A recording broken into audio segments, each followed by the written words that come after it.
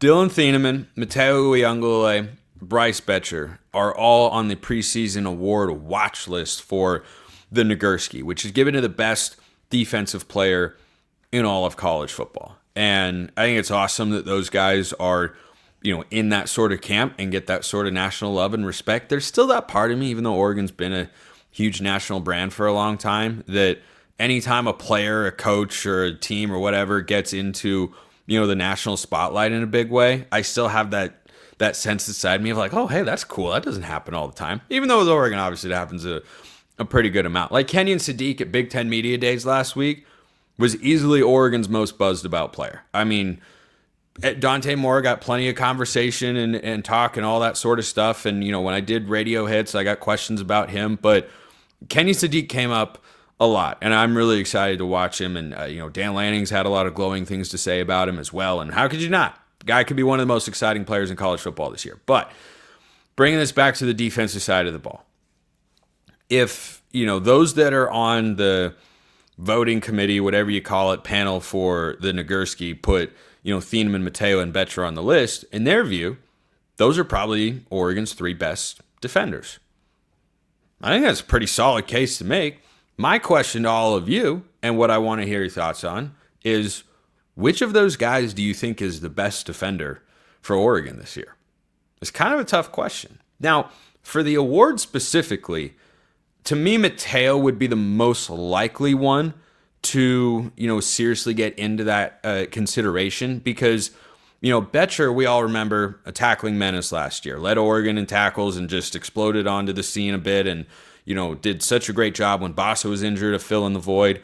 He was awesome all season long. But he had 94 tackles. The leading tacklers in college football last year had over 160.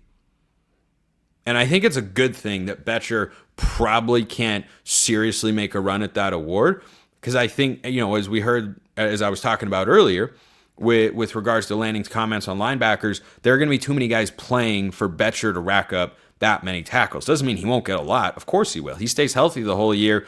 I bet you he hits 100 because he doesn't have Jeffrey Bossa there. He is the number one guy.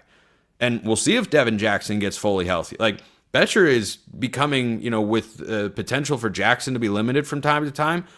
That makes Boettcher a more and more important defensive player for the Ducks. But 150 to 160 tackles is a lot. And I think that Oregon's defense has got too much depth to put up stats like that. But then I went to Dillon Thieneman and said, well, if Thieneman racks up interceptions, that could absolutely be a guy that, garners that sort of attention. I mean, this guy's probably one of the 5-10 best safeties in all of college football this year. We all know Caleb Downs at Ohio State is the best, and I think Notre Dame's got a guy that everybody really likes, and will probably be an NFL draft pick, or at least they usually do. And Thieneman's definitely up there. He had a bit of a step-back season, according to Pro Football Focus, in 2024. Purdue went 1-11. So what exactly went right? Nothing, really. And so I think his potential is immense. I think he could be the best safety individually that Oregon has had since Dan Lanning got there. I think it's been the weakest position group for the defense over the last 3 seasons consistently. We saw that get exploited in the Rose Bowl, of course. But the reason I come back to Matayo is, when you're looking at these sorts of awards and, how a player can generate the right sort of narrative and attention and hype to get people to actually vote for him, some of it does have to start in the preseason, right? Like Kenyon Sadiq winning the Mackey Award for the best tight end in college football. Jake Butt of the Big Ten Network, former Mackey Award winner himself, talked about that on my show on Friday and thinks that's entirely possible. That to me is very real because there is a little bit of foundation being laid right now. There were a lot of media members there at Big Ten Media Days in Vegas, and they all saw Kenyon Sadiq being there as one of Oregon's players that they brought. And that's not by accident. And it just helps get your name out there and get people to recognize, oh, this guy could have a special sort of season. Then if you go out and put up the stats to match that, then, things start to trend in the right direction there. Matayo, I think, would be the most likely of these guys to get that award because he's going to have a lot of sacks. At least he should. I mean, 10.5 as a true sophomore last year is crazy good work. And, he talked to me last week about wanting to be better on the mental side of things and, understanding not just what his own assignment is, but what other guys' assignments are and how that can help him be a better member of the defense. But, at some point, I'm sure I'll get to stat predictions for, players and groups and whatnot. And, of course, Oregon's record for the season before the year begins. I'm not putting Matayo below 11 sacks. I'm probably going to look in the 12, 13 sort of range. And, if he wants to be seen as the best defender in all of college football, he's got the talent to do it. No question in my mind. He has the tools to do that. He has to be probably a bit more impactful against the run, at the same level that he rushes the passer, but he needs to be 70 to 80% as effective against the run as he is when, it's 3rd down 8 and he needs to go make a play to get the defense off the field.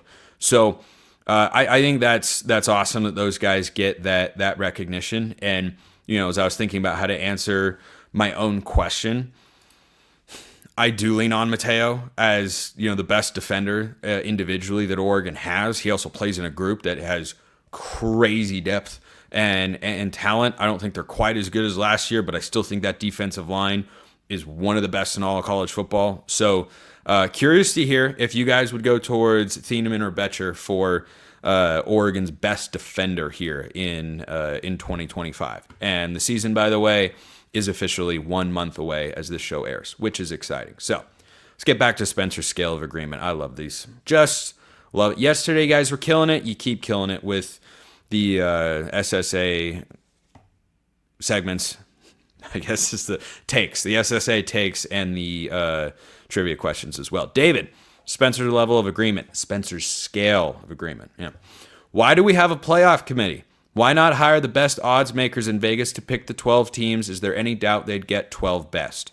This is a 3. I am more pro committee than most. I'm placing a 3 on the sentiment, because this isn't so much a statement as a question. But I look at what the committee's done in the last several years in the playoff, and I can't think of a single example where I disagreed with who they included and who they didn't. So the reason you have them in there is the number system and only numbers gave us the BCS. They do use computer analytics to determine, strength of schedule and that sort of stuff. So it's not as if some of the things that go into making odds in Vegas or that went into the BCS calculation are just not being used by the committee. They just consider other things as well. And I want a combination to keep urgency on the regular season of the best and most deserving teams in college football. If I were a committee member, I would assign a 20-point scale, and I'd give you a 1 to 10 rating based on best, which is reflective of what I have seen from you on the field this year, the results and the caliber of your play, the opponents you've gone up against and how you fared, and then 1 through 10, basically just your record, right? Because the most deserving team or the quote-unquote more deserving team might not be the best team necessarily. Good example, Oregon played Liberty in the 2023 Fiesta Bowl. Liberty was the most deserving group of 5 team. They weren't the best group of 5 team. So if I were, analyzing Liberty's G5, if they had a 12-team playoff that year, if I was analyzing their, playoff resume, I'd say, okay, you're a 10 on most deserving, but you're about a 3 on best because of your strength of schedule.